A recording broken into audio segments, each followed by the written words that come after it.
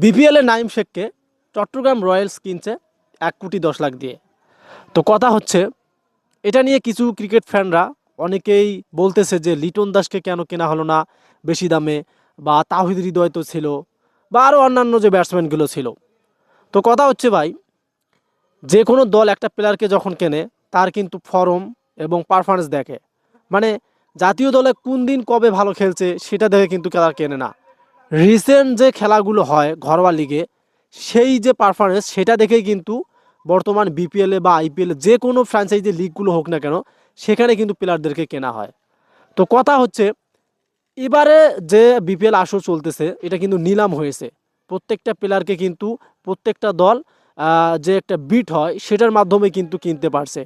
তো এই আপনার নাইম শেখকে কিন্তু সিলেটও চেয়েছিল, রংপুর রাইডার্সও ছিল, মানে যে 6টা দল আছে সবাই চেয়েছিল, প্রত্যেকটা দল কিন্তু চেয়েছিল নাইম শেখকে কিনতে, বাট সেটা কিন্তু হয়নি।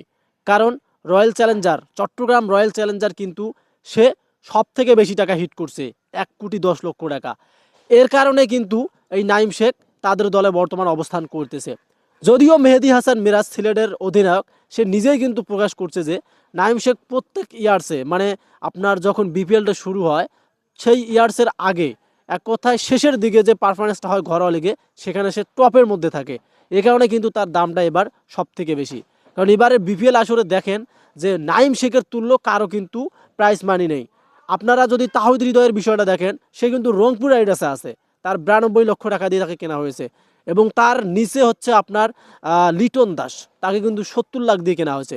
তো এ কারণেই কিন্তু আপনি যদি নাইম শেখের ওই আগের পারফরমেন্স দেখেন যে জাতীয় দলে সে খারাপ খেলছিল, তারপরও তাকে এত দামে কিনছে, এটা কিন্তু আপনার ভুল ধারণা। কারণ তার ঘরোয়া লিগে যে পারফরমেন্সটা হয় সেটা দেখেই কিন্তু তাকে কেনানো হয়েছে, এবং তার পারফরমেন্স ভাই অসাধারণ।